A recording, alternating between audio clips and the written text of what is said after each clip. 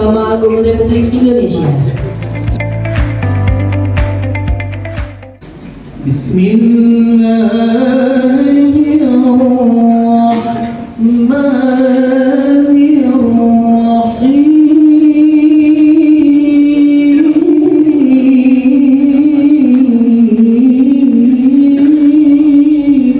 Segala puji bagimu ya Allah, karena rahmat-Mu kami berjaya, karena rahim-Mu kami mulia, dengan kerendahan hati, kesadaran rasa.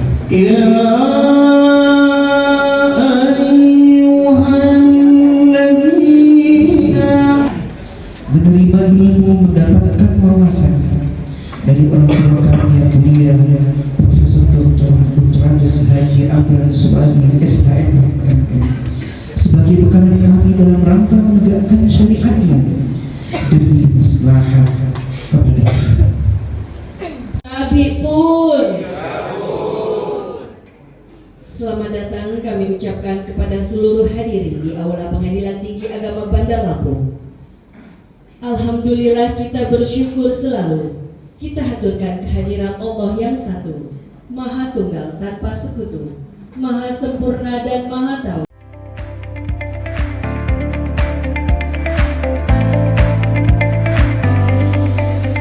Hari Senin, tanggal 22 bulan Agustus tahun 2022 Masehi.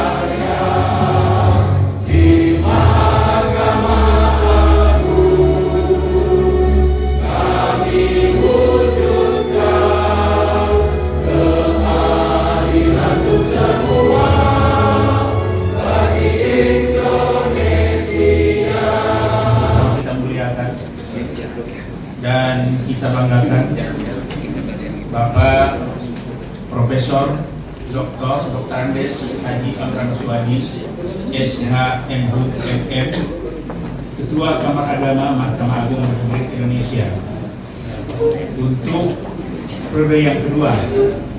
Berarti beliau sudah masuk tahun ke-6 menjadi pimpinan kita di Mahkamah Agung Republik Indonesia ini. Tantangan semakin banyak. Hendaknya beliau mampu untuk mengatasi semua itu dalam rangka memberikan pembinaan kepada kita semua. Amin ya rabbal alamin. Sewilayah Bandar Lampung, Wakil Ketua, Hakim, Panitera, Sekretaris yang kami banggakan.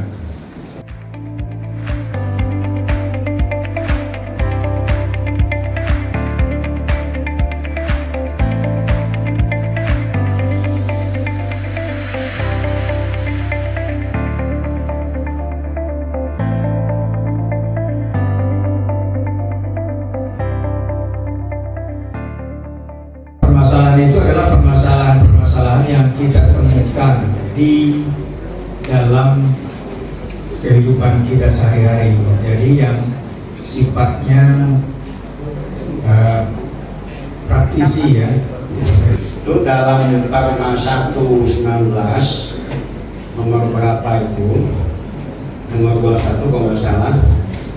Hari kerja disebut harinya itu hari kerja. Nah, tapi tidak disebut di situ minimal harinya, apa 25 hari, apa 20 hari, apa 30 hari tadi yang elektronik. Sehingga kita masing-masing menafsirkan hari-hari kerja ini hari kerja apa. Nah, ini ada kejadian kalau Pengadilan Tinggi Agama buat putusan sela itu beri 1 sampai 3 bulan nilai 5-nya. Kalau dia pengadilan perkara TNI 1 sampai 7 bulan. Kan boleh juga dia datang sudah bawa surat izin kan? Rupanya PTSP itu menyatakan Pengadilan Agama tidak berwenang. Karena Pengadilan Agama tidak berwenang, dia pergi ke PN. Ya mau kemana lagi kan? PN terimalah. Nah, terima, lalu dia adili, kemudian diputus, kemudian dia banding, banding dikuatkan, lalu kasasi, kasasinya ditolak, lalu PK, PK-nya NO. Kenapa NO? Karena pengadilan negeri tidak berwenang. Sekarang kembali ke pengadilan agama. Saya katakan ke pengadilan agama, itu sudah benar PK-nya. Tapi kan jadi kerjaan orang, berapa lama itu? Nah, oleh sebab itu, tolong kalau dia ada berbau syariah, terimalah. Jadi PTSP itu tolong kalau tidak paham, PTSP itu konsultasi sama hakim. Wakil ketua, Pak, ini ada perkara begini, bagaimana? Nama saya Alamsah dari PA Tulungagung. Yang pertama berkaitan dengan perkara gugatan sederhana pada saat di Jawa itu, tapi belum sempat, mohon maaf ya, belum sempat memutus secara positif karena sudah dicabut. Tetapi ini trennya adalah begini. Jadi bank syariah itu dia tidak mengikat jaminannya dengan hak tanggungan karena nilainya kecil, hanya 100 sampai 200 juta. Dia nasabah hanya memberikan jaminan tetapi tidak ikat dengan hak tanggungan. Kemudian ketika terjadi uang prestasi, di dalam gugatan sederhana dimunculkan agar pengadilan menetapkan bahwa bank bisa menjual atas kekuasaan sendiri, seperti yang disampaikan adalah parata eksekusi pasal 6 Undang-Undang Hak Tanggungan.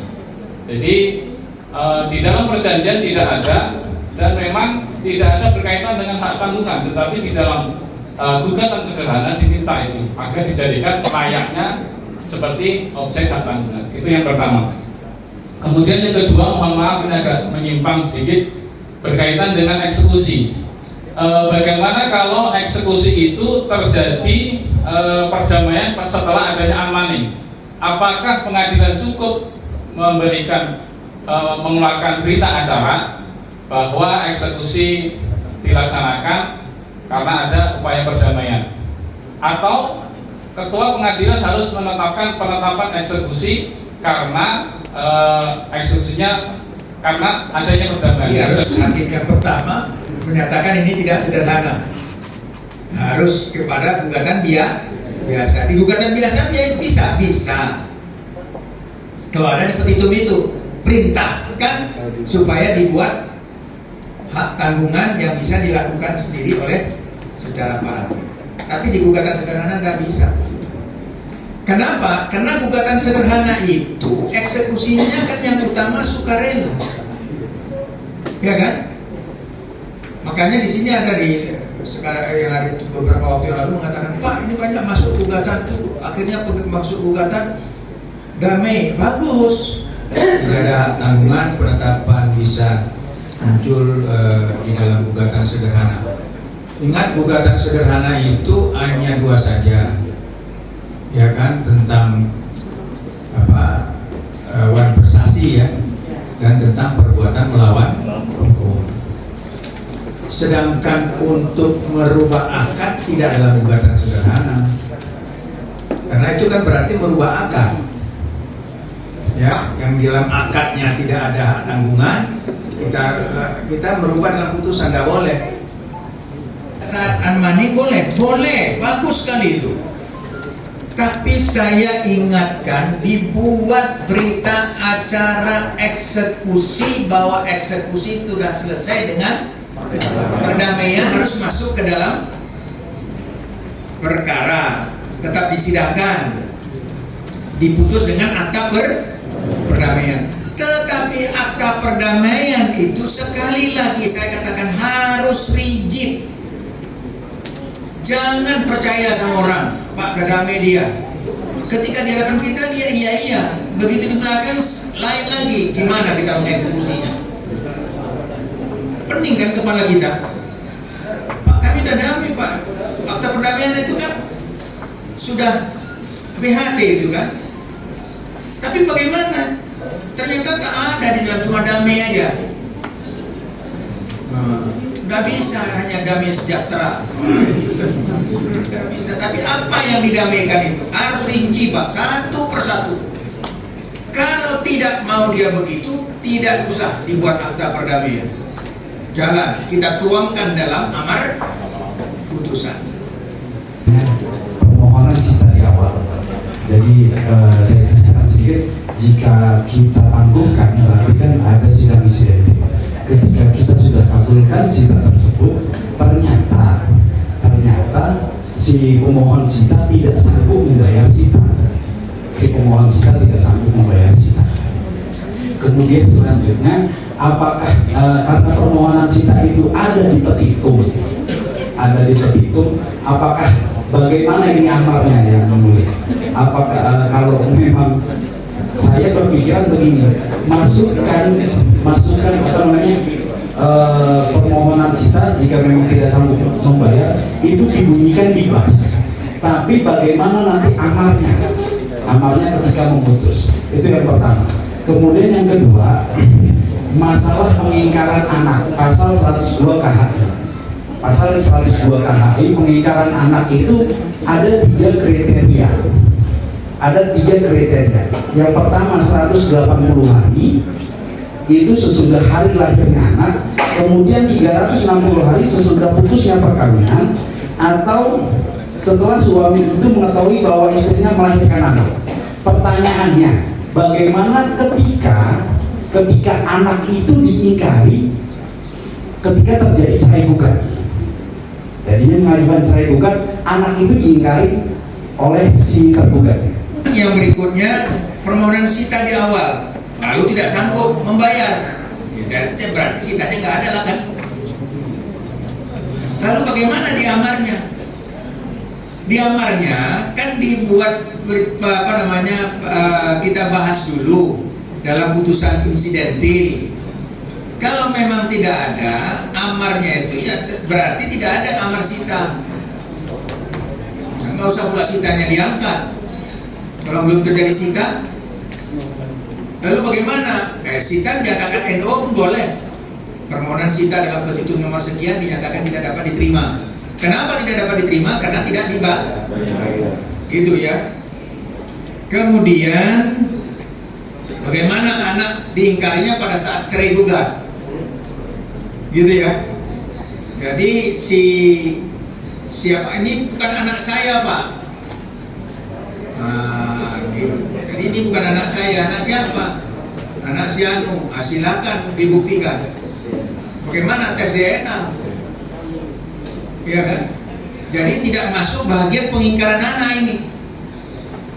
Ya, sudah masuk bagian dia mengingkari pada saat masuk gugatan cerai. Berarti yang mengingkari itu ada rekonvensi kan? Nah, dengan adanya rekonvensi itu, karena ada pengingkaran anak, siapa yang membuktikan? Yang mengingkari rekonvensi itu.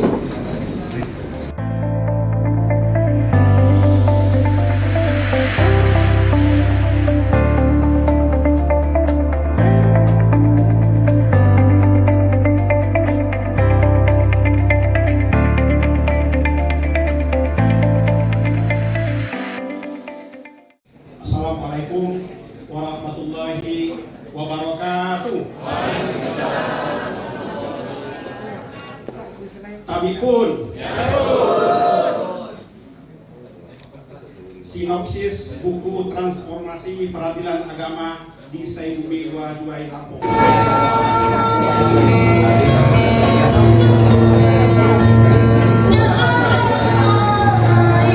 Eksistensi peradilan agama telah teruji bahkan jauh sebelum lahirnya negara Indonesia. Fakta tersebut merupakan bukti tidaklah berlebih jika peradilan agama layak disebut sebagai cagar budaya. Saya selaku Ketua Mahkamah Agung Republik Indonesia tidak lupa mengucapkan selamat atas terbitnya buku ini. Saya mengapresiasi tim penulis di sela-sela kesibukan masing-masing sebagai hakim dengan penuh dedikasi telah meliput bahan, mengolah, menyusun serta merampungkan naskah ini sehingga layak diterbitkan dalam sebuah buku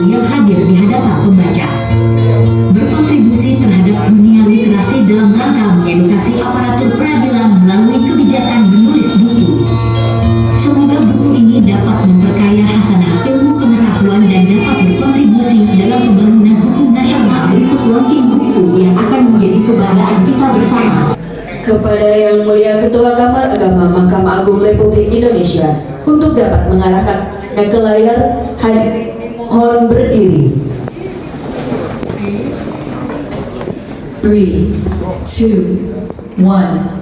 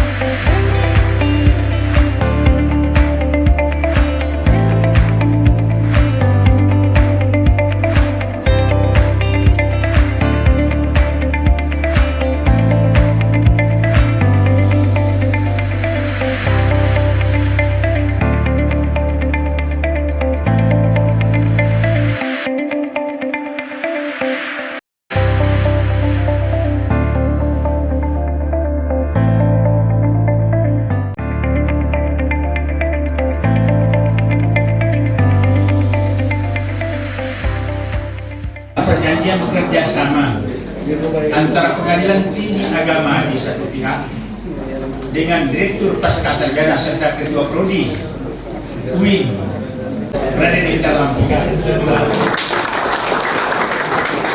Luar biasa. Jadi mudah-mudahan dengan MOU ini kita bersama-sama bergandengan tangan untuk meningkatkan kualitas sumber daya manusia. Saya juga mengucapkan selamat di forum ini karena beliau yang mulia Prof baru 4 bulan yang lalu tidak salah guru besarnya di UIN Sultan Agung Surabaya. Luar biasa.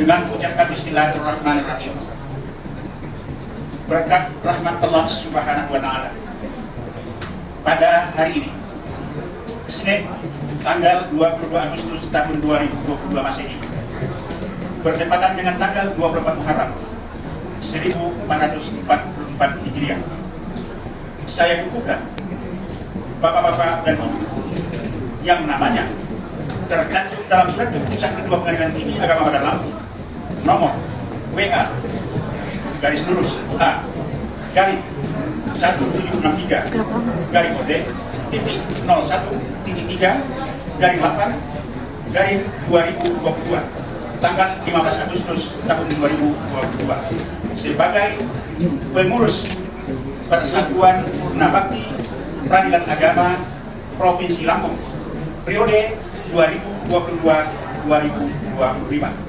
Semoga Allah Subhanahu wa Ta'ala melimpahkan taufik dan hidayahnya kepada kita semua. Bandar Lampung 20 Agustus tahun 2022. Ketua Pengadilan Tinggi Agama Bandar Lampung.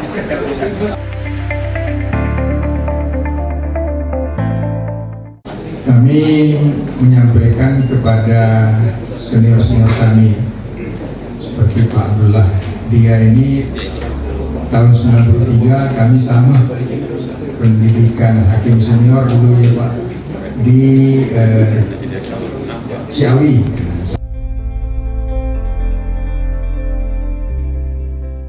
Tentang penghargaan pengadilan agama berprestasi pada wilayah Pengadilan Tinggi Agama Bandar Lampung dan pegawai teladan Pengadilan Tinggi Agama Bandar Lampung tahun 2022. Pertama, memberikan penghargaan kinerja terbaik kepada Pengadilan Agama Saudara Pengadilan Tinggi Agama Bandar Lampung.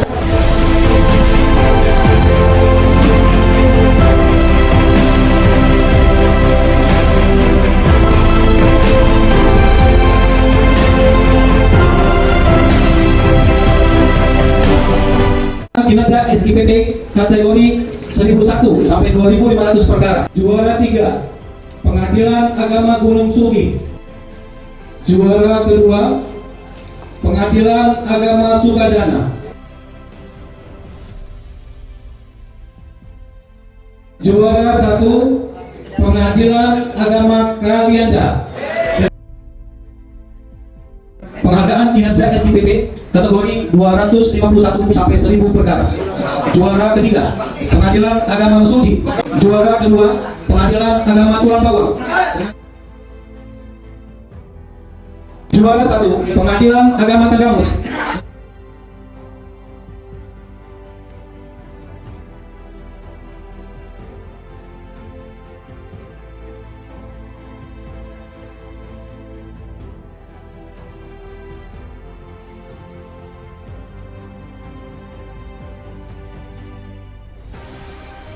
Pengelolaan website terbaik. Juara 3 Pengadilan Agama Belambangan Umpu. Pengadilan Agama Pringsewu.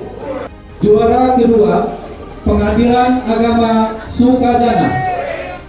Juara 1 Pengadilan Agama Kota Bumi. Kebersihan, keindahan, dan kenyamanan lingkungan kantor. Juara ketiga Pengadilan Agama Kalianda dengan nilai 290. Juara kedua Pengadilan Agama Gunung Sugi dengan nilai 295. Juara 1 Pengadilan Agama Tanjung Karang dengan nilai 315. Penerimaan perkara ikon. Juara ketiga Pengadilan Agama Metro. Juara kedua Pengadilan Agama Gunung Sugi. Juara 1 Pengadilan Agama Pringsewu. 3 Pengadilan Agama Tanggamus kelas 1B. Juara 2 Pengadilan Agama Sukadana. Juara 1 Pengadilan Agama Gunung Sugi. DIPA Badan Urusan Administrasi atau DIPA 01. Juara ketiga Pengadilan Agama Belambangan Umpu.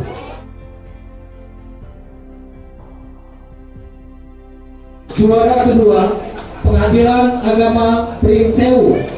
Juara 1 Pengadilan Agama Gunung Sugi. Juara 3 Pengadilan Agama Kota Bumi. Juara 2 Pengadilan Agama Gunung Sugi. Juara 1 Pengadilan Agama Tanggamus. Litigasi. Juara ketiga Pengadilan Agama Metro. Juara kedua Pengadilan Agama Tanjung Karang. Juara 1 Pengadilan Agama Gunung Sugi. Pegawai teladan para pengadilan tinggi agama Bandar Lampung tahun 2022. Kepanitraan Dr. Anda Hajah Ismewati Magister Hukum. Kedua, kriteria kesekretariatan Medi Effendi SPD MH PPN PN M Nasri Mangku Alam.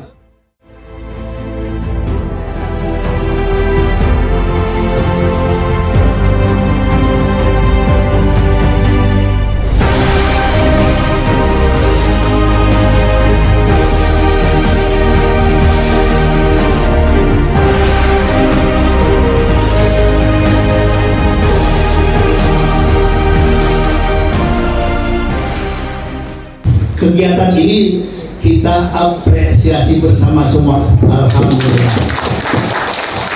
Jazakumullah khairan katsira.